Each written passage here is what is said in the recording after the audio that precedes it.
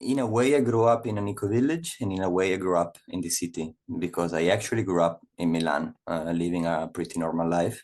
But my mother knew of a community in Italy where she wanted to do some courses herself. And she learned that during the time she were to do the courses, there was a summer camp open for her children. And instead of asking a babysitter to keep me or my father, she brought me to this summer camp. And at the time, I was 8 years old. I didn't know it was an intentional community. It was an eco-village network. I just saw this bunch of kids with the educators, and we did a lot of fun activities. And the element that really grabbed me and made me come back every year was the group life, was deciding in a group, was making circles in the morning and in the afternoon. And I really found value in that. And we quickly, in a matter of 2 weeks, became really strong friends. It had never happened to me. And so I requested to my mother to go back this summer next and back this next. And I ended up doing that for 12 years. So all throughout my upbringing, from when I was 8 to when I was 20, I had this moment in my year where I was going into community. And the same with my friends. And so we grew up together and we became like a family. And I started to realize that it was special the way we were led to be a group, and that the group was stronger than a together of people with no common purpose. And that was my trampoline into the eco-village life. From this community, I joined another community, and the focus was the common bridge was community. But then I went there and I saw that they were also looking for a more ethical way of living. And of course, it involved nature and environment, and it involved group dynamics and emotional intelligence, and a lot of other things that in my experience in the city growing up were not valued as such. Then I went back to my community because we were starting, and I was around 23 years old. We were starting to dream to do volunteering projects and trainings for young people because my community was 40 years old at the time, and there was a need of a generational turnover. And so they called me back from Auroville because I was working with volunteers in Auroville quite successfully. And they asked me to draft with them these volunteering opportunities here in Italy, which I did, and they started. And then eventually, to make the story short, I spent some time in Erterra for 9 months. And then I came back to live here in the community for good in October 2020. So it's just over 2 years now. So when I was in Auroville in India, I learned through people living there that there was a global eco-village network.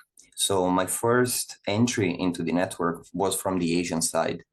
And talking with some elders from Auroville who were there when GEN was founded, they were telling me that they were unhappy about the fact that Aurovillian youth were not connected to the wider network of communities. And so I started this project of trying to connect Aurovillian youth to the youth of GEN, Asia, and Oceania. And through an EDE experience, which we did together in Thailand at Gaia Ashram, I got into the network of the young people from GEN in Asia. And I met different people. We started different projects, out of which one was to do an EDE in Auroville. And this brought the NextGEN, the youth network, to Auroville and engaged with the Aurovillian participants, and allowed me to understand that what GEN was all about, much more than before. And then I came back to Italy, as I told you before, to support my community. And I was called to join a young group of people to organize the GEN Europe gathering of 2017, which was in Sweden, with other people connected with NextGEN. And as soon as I was there, I realized that I could have continued my work with NextGEN in Europe. And that's how I joined in 2017.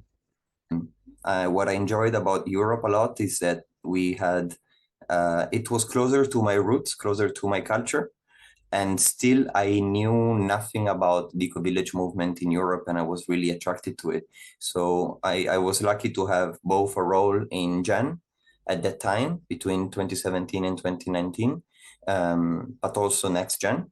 And so I was bridging the youth group to GEN Europe in a moment in which the youth group was changing team and sort of aided the rebirth, if you will, of this youth group.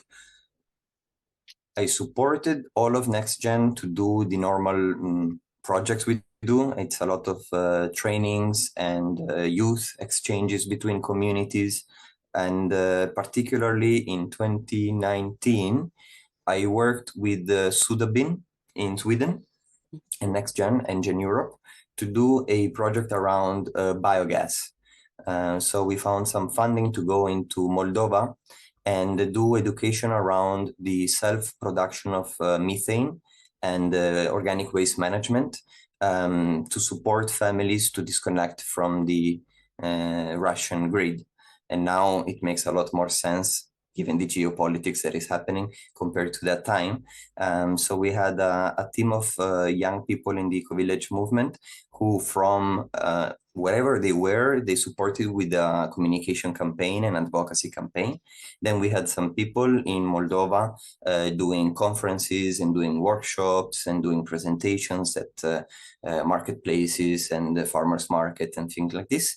And everything ended with a conference in the capital, which we organized from abroad with our local people there supporting, that presented some academic studies done by us to support the adoption of small-scale biogas technologies. I run youth-centered volunteering and training programs, and they require 9 months of commitment. So the first obstacle that I see is on the youth side, it's commitment. Oftentimes there is in this day and culture sort of like this swipe culture where everything is really quick, you don't need to commit. And this is globally having a strong impact in my mind. If I look at me when I was 22 and currently 22 years old, this commitment is something that comes out. And also eco-villages have a reputation that changes places to places. And oftentimes there is this idea of just going to enjoy and not really having to work. So when I interview people who want to come for our programs, they say sometimes, I can't wait to be there and enjoy life. And I tell them, look, it's probably harder than what you're used to, because you're used to what you're used to. Instead, this is different. You need to work together with people. You need to learn how to be in relationship and on a deeper level with people. And, nature especially has its own rhythm. You can't choose when to go and milk the cow. There is a certain moment of the day when you need to wake up and go milk the cow. So there's more limits, which are more natural and, in my opinion, more healthy, that young people, especially coming from the city, need to accept as real. And also the idea that to live all together in a happy way, it requires commitment. It requires effort. It requires putting yourself outside of the comfort zone and trusting others, which is something that normally it's not really taught to us, at least not to me growing up in Milan. Going from me to we.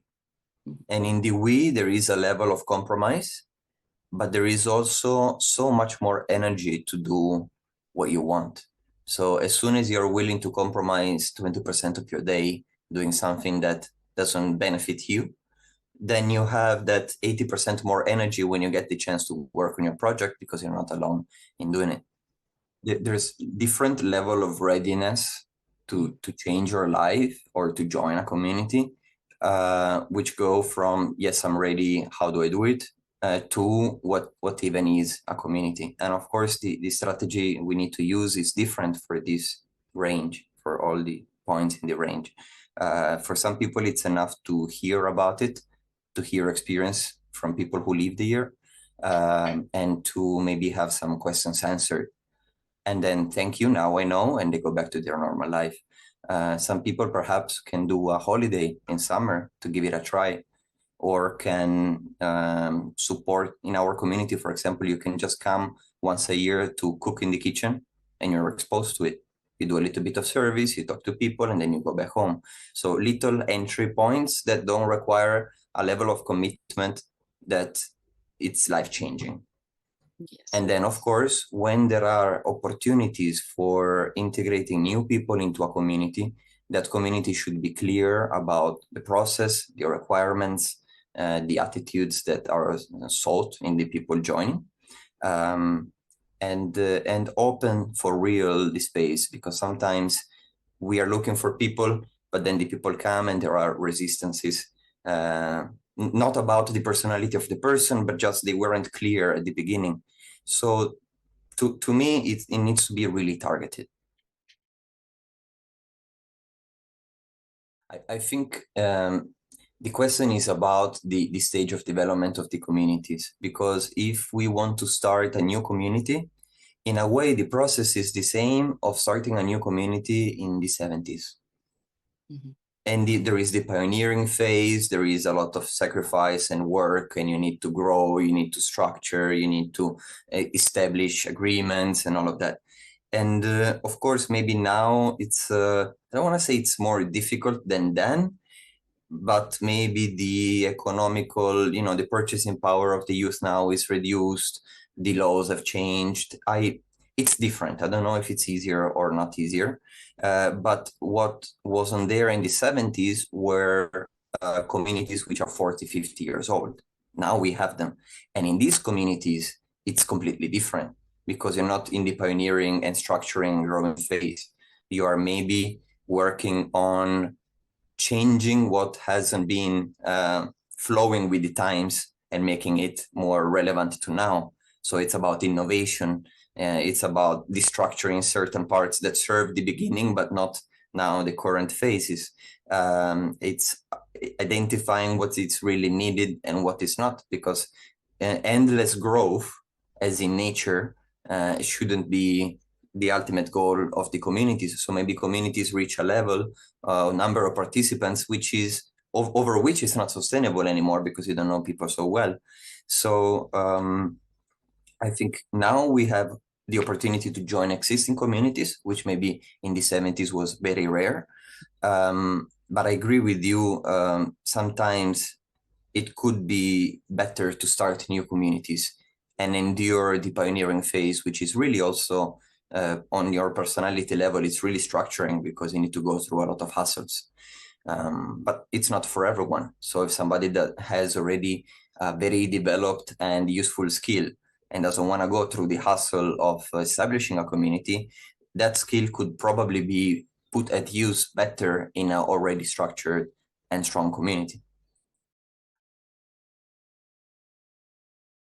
We were born as an intentional community more than an eco-village, in the sense that we have this teaching center of psychosynthesis, which is a form of transpersonal psychology. And people came here to do courses. And the more courses they did, the more they understood that it was what they needed at the time, the more they had this desire to serve the collective and to support these courses. And they slowly moved here, and they looked for houses, or they even put together a lot of money and they built villages where they would live together. And that's where the living together part came. It was secondary to supporting the association. And so right now we have around, I can safely say, around 50 people who live in the area, but everybody have their own house.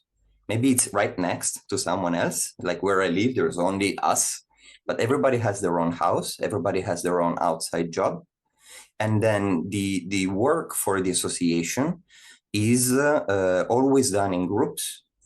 And these groups go from a very low level of commitment and responsibility to a very high one, for example, the council, which is at the center.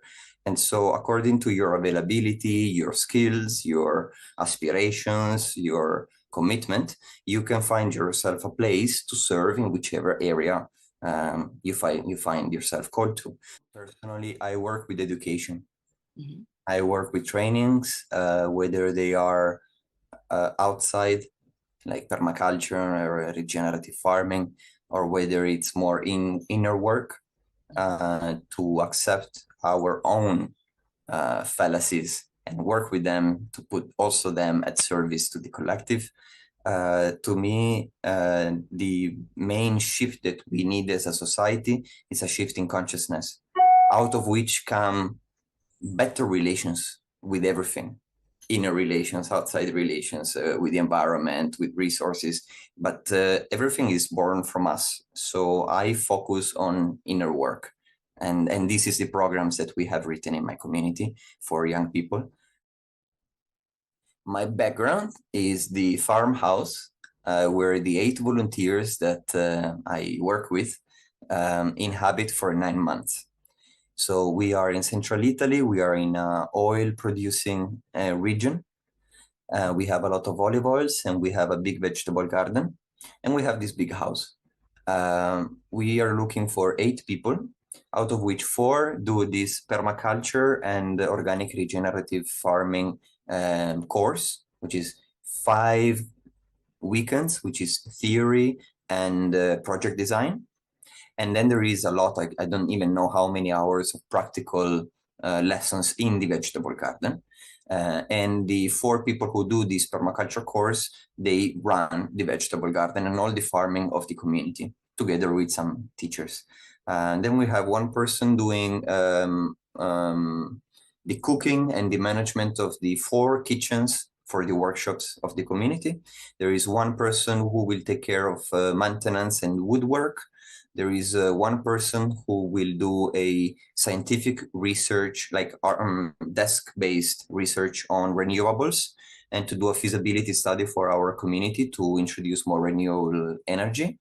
And 1 person working on the communication department, and 1 person with the education and the summer camp that I used to go to, and the kids.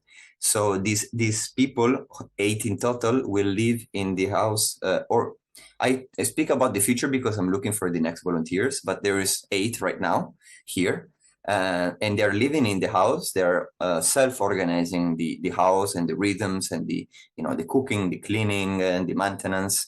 And everybody has these psychosynthesis workshops, which is 7 workshops in the first 6 months, which is a group learning about this tool that we use in my community to work on yourself.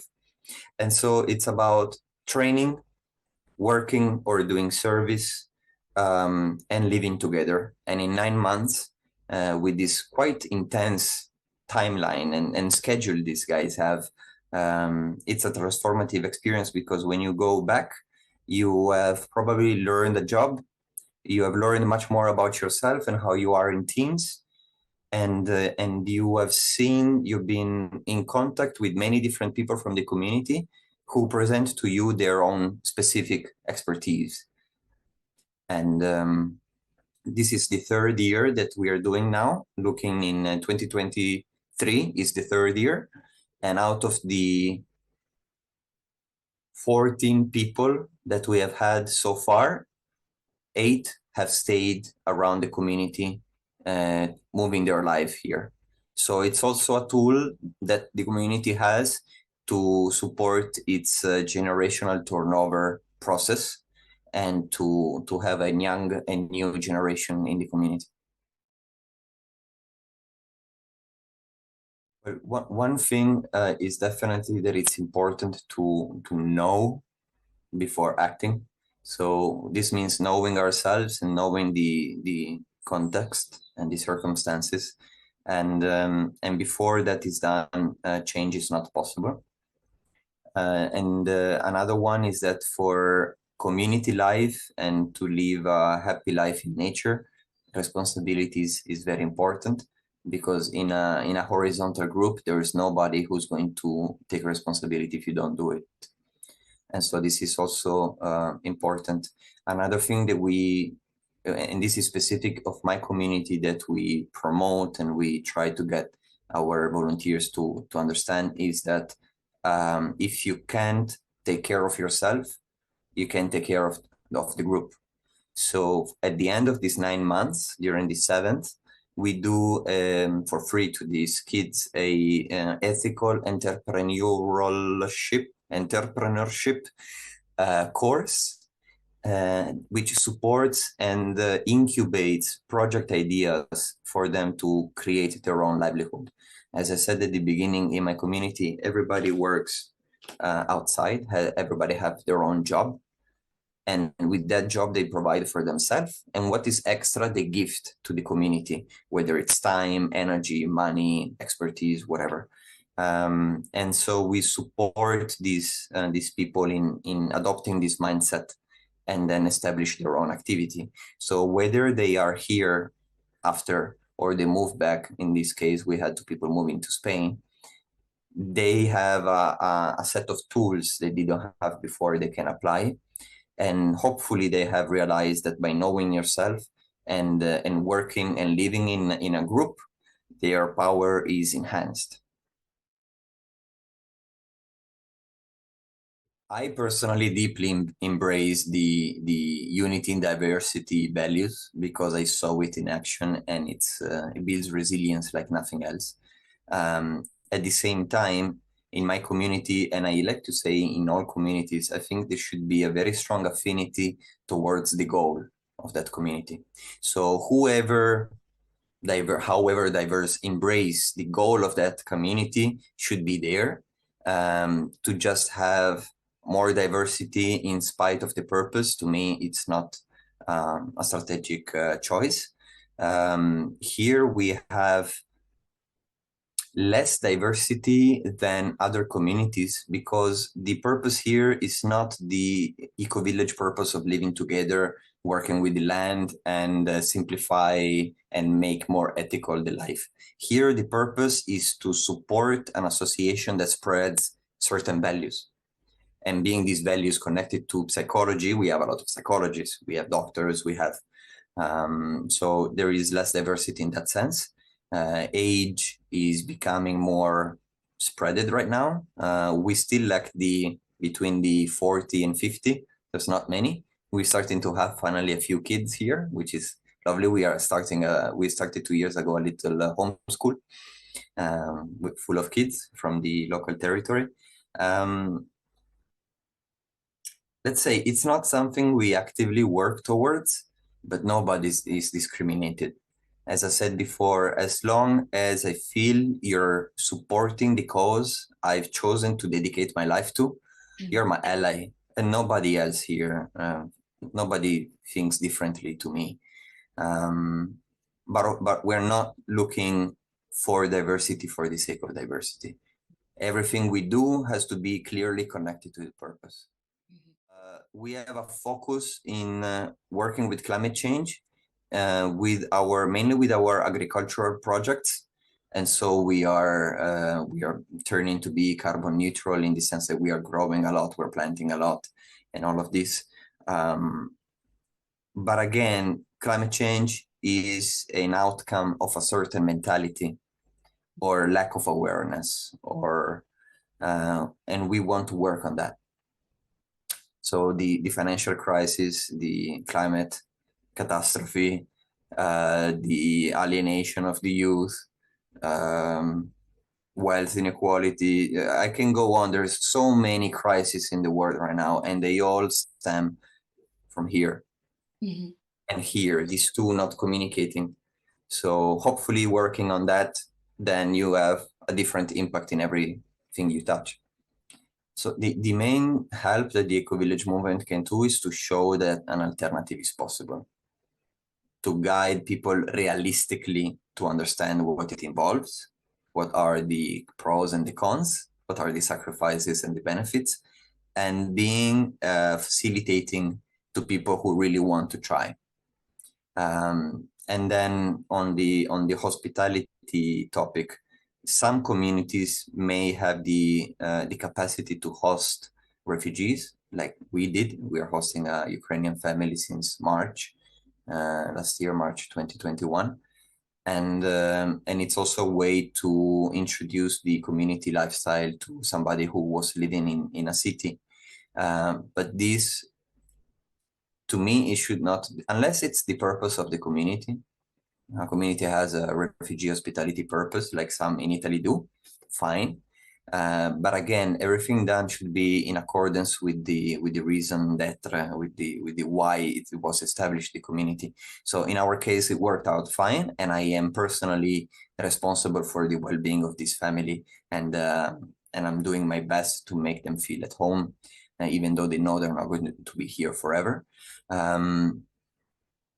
But again, I go back to the community as a center of learning about yourself and working on yourself, so that you can bring a different note everywhere you go. And it's this different note, in my opinion, that is going to change the world. So in practice, we can do a lot of beautiful projects, but if we don't work on our mindset, and then by reflection on everybody's mindset, the work we do is going to die with us. So we need to have a long-term approach, like in permaculture, 7 generations, and try to do everything that gives us a hint that is going to still be there in 7 generations. We're working well, so we had some free time, so I decided to go and check it out. And I sat there. There was a person from my community sitting in the circle, nominating. And actually, I think the first one to make my name was Robert Hall. Mm-hmm. And after which, I think it was Thomas from ZEG, who was in the council already, in the previous council. And these two voices that had a lot of respect from the assembly made people question who I was, I guess, for the first time. And then the lady from my community also said the whole community is behind Riccardo. If he gets elected, he's ready for the job. And so you have two people in a way with high rank, and at the same time a community that knows me, that says he can do it.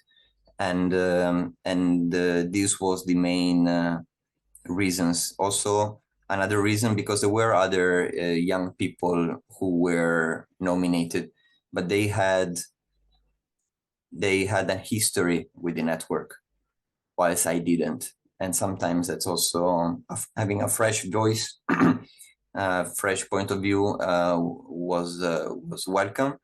And it was a promise from the assembly since many years to have somebody young. And so that year, finally, it happened with me. And it was completely unexpected because, as I shared before, I was there to organize the conference as a volunteer. I don't expect to attend the General Assembly, and I would never imagined to be nominated in the council. And now I work with Rive. I was in the council of Rive the last 2 years. And since 2 weeks, I was chosen as a co-president of Rive. So this is 2 more years of commitment there.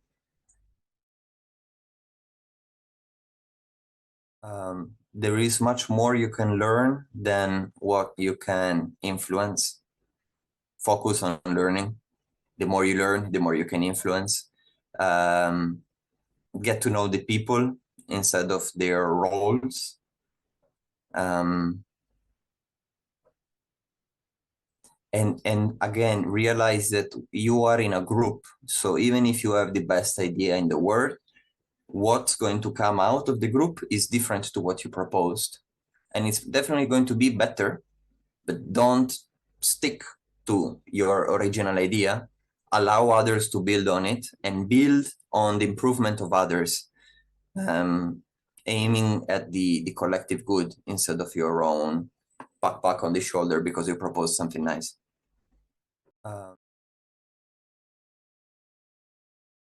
I have experience of different communities. So this can be aid to people talking to me to see what different forms of community and which one can resonate better with them if they're interested to know about communities for their own life. To have somebody who's relatively young, because now I'm 31, who lives in a community of elders can also be interesting, because few young people would want to move to a community where everybody has white hair. You know, it's let's enjoy our youth, whilst Riccardo did something different. So there's something there. The experience in the Ecovillage Network, both in Asia, in Europe. I was also a member of ECOLISE, which is even a wider network and then moving to Italy and moving to work locally, I can speak about a lot of different topics. And especially for the young people, I support and motivate and coach a lot of young people into moving into these spaces with a very strong, healthy dose of realism, away from idealism. And I think that for people who are ready to have their idealism challenged, it can be very, very helpful, because it's empowering in action and not so much in thought, not only in the thought level.